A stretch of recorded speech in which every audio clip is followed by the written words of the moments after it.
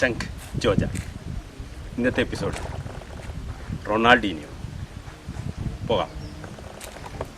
ഒരു കാലത്ത് നമ്മുടെ മലയോര മേഖലയിൽ ഫുട്ബോൾ മൈതാനങ്ങളെ ബ്രസീലിൻ്റെ റൊണാൾഡീനിയോനെ പോലെ പ്രകമ്പനം കൊള്ളിച്ച ഒരു ഫുട്ബോൾ താരം നമ്മുടെ നാട്ടിലുണ്ട്.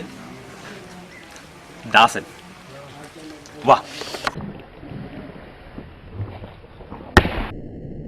പേരെന്താണ്? അനീഷ്. നിങ്ങളുടെ പേര്? റിയാസ്. നിങ്ങൾ ഫുട്ബോൾ കളിക്കലുണ്ട്? ദാസാട്ടൻ്റെ കൂടെ കളിക്കലുണ്ട്? ദാസാട്ടന ഭയങ്കര ഫേമസാണ് പണ്ട്.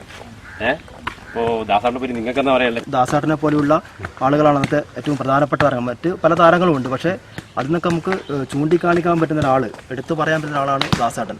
അസാമാന്യ വേഗതയും അതുപോലെ തന്നെ ഇടംകാല് കൊണ്ടും വലംകാല് കൊണ്ടും ഒരേപോലെ ഷോട്ട് വായിക്കുന്ന ഒരു വ്യക്തിയാണ്, ഒരു കളിക്കാരനാണ് ദാസാട്ടൻ. അതുപോലെ സിസർ കട്ടിലെ നിരവധിയായ സിസർ കട്ട് ഗോളുകൾ എഴുതി ചേർക്കപ്പെട്ട നിരവധി ഗോളുകളുണ്ട്. അദ്ദേഹം ഈ ശരിക്കും പറഞ്ഞ ജില്ലയുടെ എല്ലാ ഭാഗത്തും ഈ മത്സരങ്ങൾ ടൂർണമെന്റ് പങ്കെടുക്കുകയും ആ നാട്ടിലെ ആരാധകരുടെ ഒരു പ്രധാനപ്പെട്ട താരമായി മാറാൻ അദ്ദേഹത്തിന് സാധിച്ചിട്ടുണ്ട് എന്നാണ് മനസ്സിലാക്കുന്നത്. അതുപോലെ തന്നെ സീറോ ആംഗിൾ ഷോട്ടുകൾ അദ്ദേഹത്തിൻ്റെ ഏറ്റവും വലിയൊരു പ്രത്യേകതയാണ്. എന്ന് പറഞ്ഞാൽ സീറോ ആംഗിളിൽ നിന്ന് കോർണർ പോയിന്റിൽ നിന്നൊക്കെ എയർ ബോൾ ഡയറക്റ്റ് ചവിട്ടി പോസ്റ്റ് കയറ്റുന്ന ഒരു രീതി നമ്മളൊക്കെ പല സ്ഥലത്തും ഇങ്ങനെ ആകാംക്ഷയോടെ കണ്ടു നിന്നിട്ടുണ്ട്. എത്ര വയസ്സായി? 46 വയസ്സായി. നമ്മളെല്ലാം ഓർമ്മിക്കുന്നത് ചലഞ്ചേഴ്സ് ഉളിക്കലിന് വേണ്ടിയിട്ടുള്ള നിങ്ങൾ കളിച്ച ഒരു പ്രകടനമാണ്. അതെ, തീർച്ചയായും. ചലഞ്ചേഴ്സ് ഉളിക്കലിന് വേണ്ടി കളിക്കുമ്പോഴാണ് നിങ്ങൾ കുറെ കൂടി ഫേമസ് ആയത്, അല്ലേ? അതെ, തീർച്ചയായും. പിന്നെ ആ സമയത്ത് നിങ്ങളോട് കളിച്ചവരെല്ലാം പേരെല്ലാം ഓർമ്മയുണ്ടോ? ഒന്ന് പറയാൻ പറ്റും? ഉണ്ട്. എൻ്റെ കൂടെ കളിച്ചത് അതിൽ മെയിൻ ഫോർവേഡ് ആയിരുന്നത് എൻ്റെ ഏറ്റവും കൂടുതൽ സുഹൃത്തായ മുസ്തഫ എന്ന ഒരാളാണ്. എൻ്റെ കാലഘട്ടത്തിൽ എൻ്റെ കൂടെ റൈറ്റ് സൈഡിൽ നിന്നത് മുസ്തഫ, പിന്നെ പ്രകാശ് ഏട്ടൻ എന്ന് പറഞ്ഞ ഒരാളുണ്ട് ലെഫ്റ്റിൽ നിന്നത്. ആരും ഫോർവേഡാണ് കളിച്ചത്. പിന്നെ ബാക്ക് കളിച്ച രാജീവേട്ടൻ, പിന്നെ അരുണേട്ടൻ, അനിലേട്ടൻ, അങ്ങനെ നമ്മളിപ്പോഴത്തെ വക്കീൽ ജസ്റ്റിൻ വക്കീൽ, അനവധി ആൾക്കാർ ആ കാലഘട്ടത്തിൽ ഇവിടെ കളിച്ചിട്ടുണ്ട്. കൂടുതലൊരു ഫോർവേഡ് എന്നതിൽ എൻ്റെ കൂടെ നല്ലൊരു പാർട്ട്ണറായത് എപ്പോഴും മുസ്തഫ മാത്രമേ. ഇവരൊക്കെ എന്ത് ചെയ്യുന്നു ഇപ്പോൾ? മുസ്തഫ ഇപ്പോൾ ഗൾഫിലാണ്. അത് ഗൾഫിലാണ് വർക്ക് ചെയ്യുന്നത്. പിന്നെ ഓരോ ആൾക്കാരും ഓരോ വിവിധ മേഖലയിൽ ജോലിയായിട്ട് അങ്ങനെ ബന്ധപ്പെട്ട് പോയിട്ടുണ്ട്. നാട്ടിൽ അപൂർവം ചില ആൾക്കാരുള്ളൂ. അപ്പോൾ നിങ്ങളെ കൂടെ കളിച്ചവരെല്ലാം അവരവരെ പല മേഖലകളിലേക്ക് പോയി. അതെ, ഫുട്ബോൾ വിട്ടുപോയി. അതെ, ഇപ്പോൾ ഫുട്ബോളിൽ നിന്ന് അവർ പോയി. നിങ്ങൾ അന്നും ഫുട്ബോൾ കളിക്കുന്നത്, ഇപ്പോഴും ഫുട്ബോൾ കളിക്കുന്നത്, പിന്നെ എന്തെങ്കിലും ചെയ്യുന്നത്? ഇപ്പം ഞാനിപ്പോൾ സാധാരണ കൂലിപ്പണിക്കാണ് പോകുന്നത്. കാരണം ഞാനന്ന് ജോലി എന്നുള്ളത് ഒരു മോഹം എനിക്ക് അന്ന് ഉണ്ടായിരുന്നില്ല. ഉള്ളി ഫുട്ബോളായിരുന്നു ഞാൻ ഉദ്ദേശിച്ചത്. ഫുട്ബോൾ കളിക്കുക എന്നുള്ളതാണ് എൻ്റെ ലക്ഷ്യം.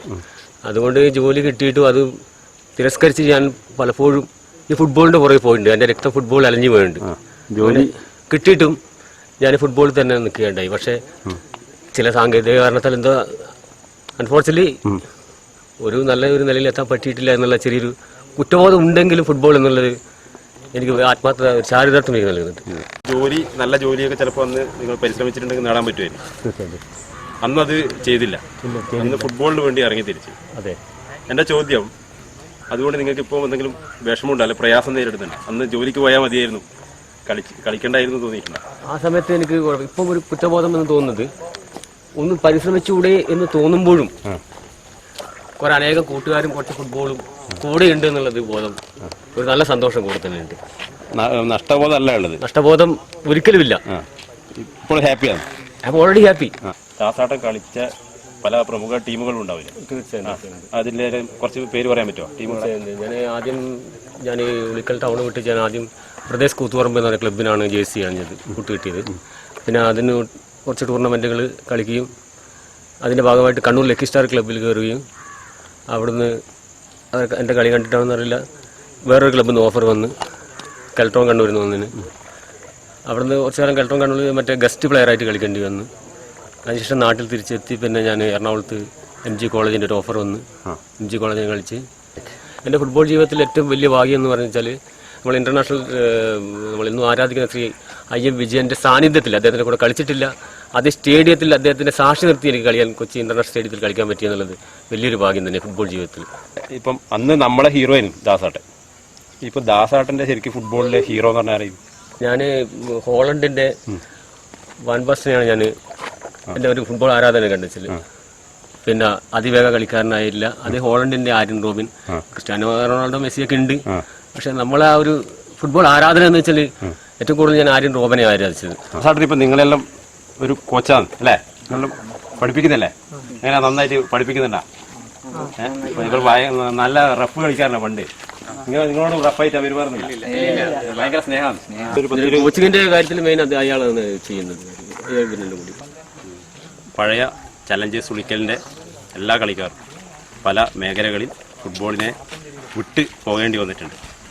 ദാസാറിന് ഇപ്പോഴും ഫുട്ബോളിൽ തന്നെ തൻ്റെ ജീവിതം സമർപ്പിച്ച് കുട്ടികളുടെ ഒരു കോച്ചായി, കളിക്കാരനായി, ആസ്വാദകനായി ഫുട്ബോളിനെ സ്നേഹിച്ചുകൊണ്ട് ഇപ്പോഴും ഉളിക്കൽ ഗ്രൗണ്ടുകളിൽ നിറഞ്ഞിരിക്കുന്നു.